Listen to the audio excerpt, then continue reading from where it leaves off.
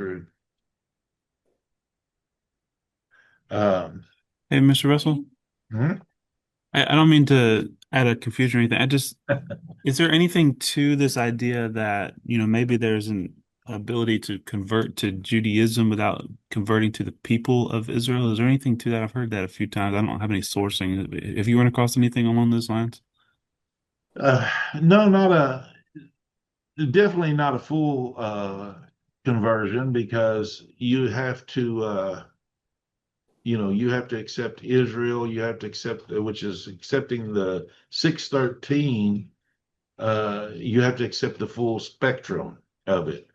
Now, when you're talking about this potential convert, or this potential Ger, who is a potential convert, then that maybe is what he's doing. He's not he's not accepting everything all the way for whatever reason or condition he is in.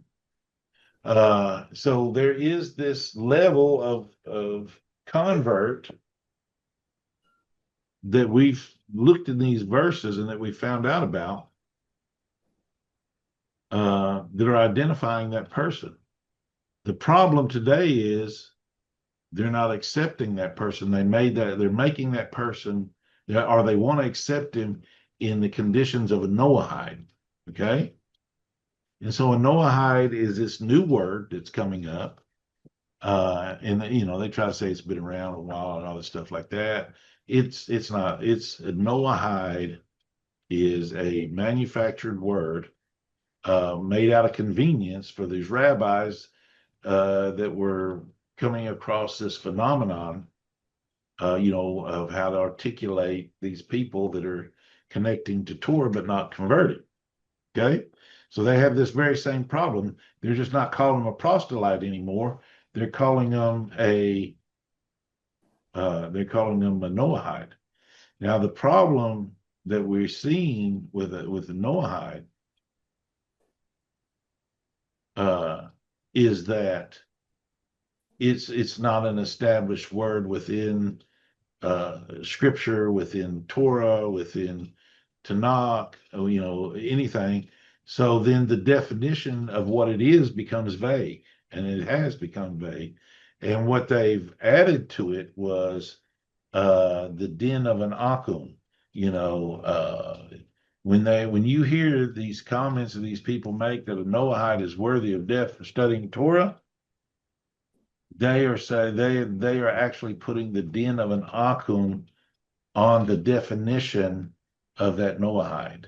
And they're saying that, we're calling you a Noahide, and we're saying that this is somebody that keeps the seven laws, but halakhically, we're going to put the din, the judgment of an akum, an idolater, upon your head because you just accepted the seven, and you're not a full convert. Kind of goes against everything we've been reading here from the commentaries of what they're talking about a proselyte. That's the problem with Noahide.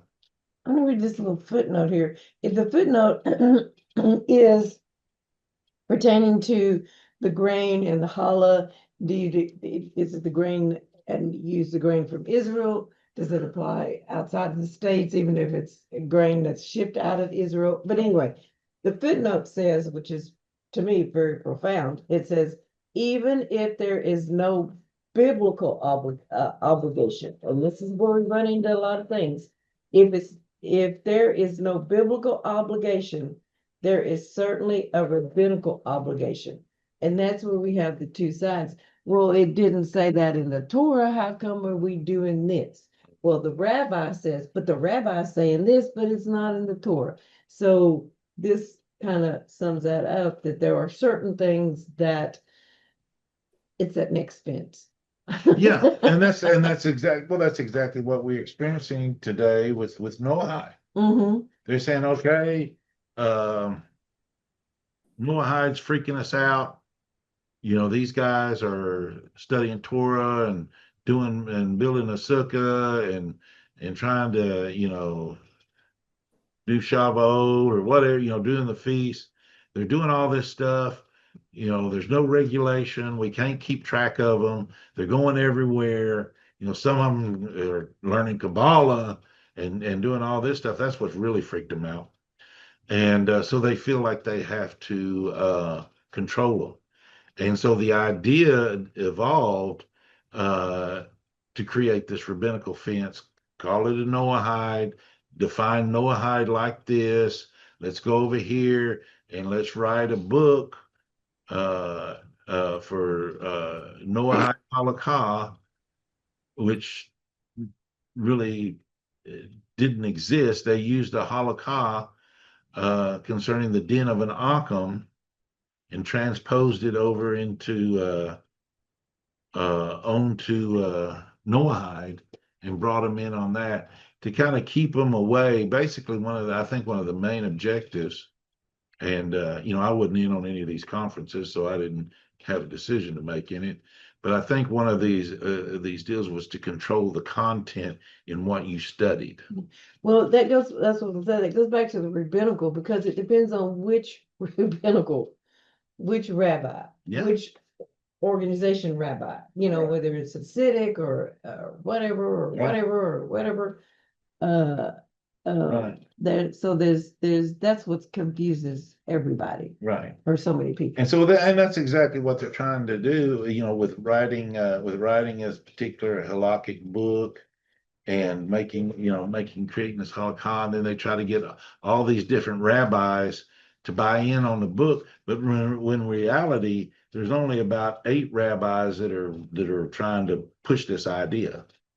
So they write a book and they say, oh, it's a good book, and it says all this stuff. But within the book, it says, the din of the Occam is on the Noahide is what it teaches. It may not say that directly, and they're trying to avoid that.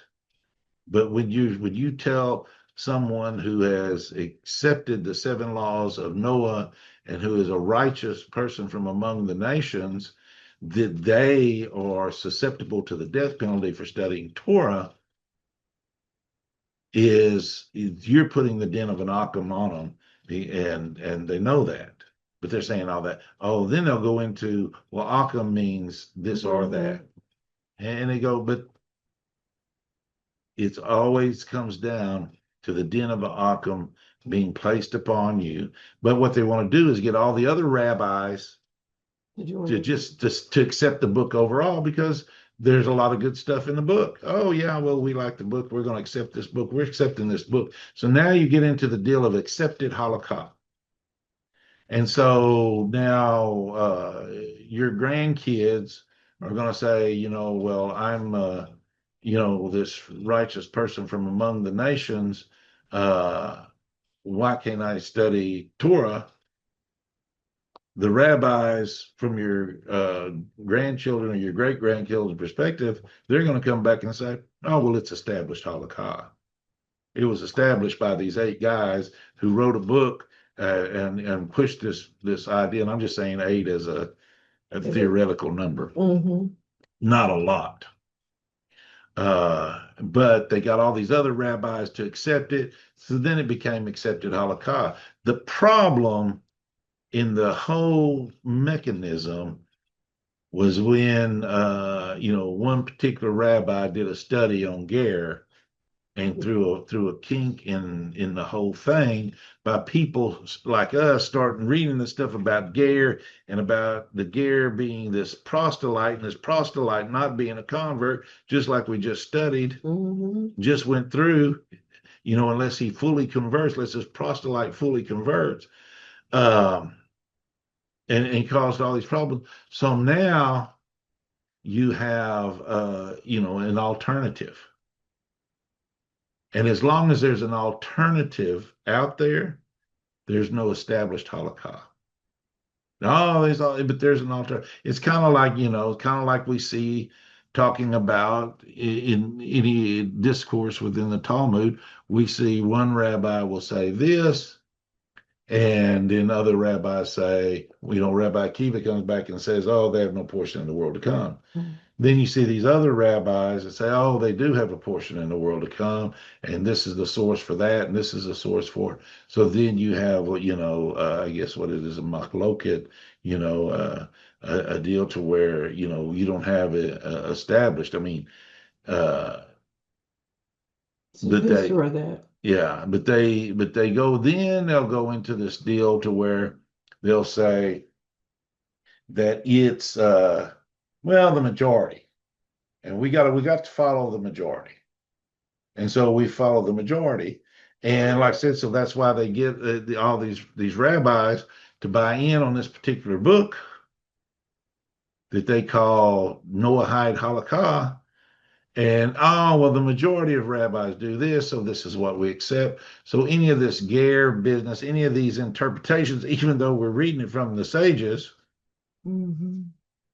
that doesn't count anymore because we built this fence like you're talking about, and we've created this new thing, and this new thing is You're not allowing any gates to be opened in those fences. yeah, but every fence has a gate. And ger is the ger in the gate is the gate in the fence of this deal. And so it's like it's talking about there is an exception within the law because of circumstances.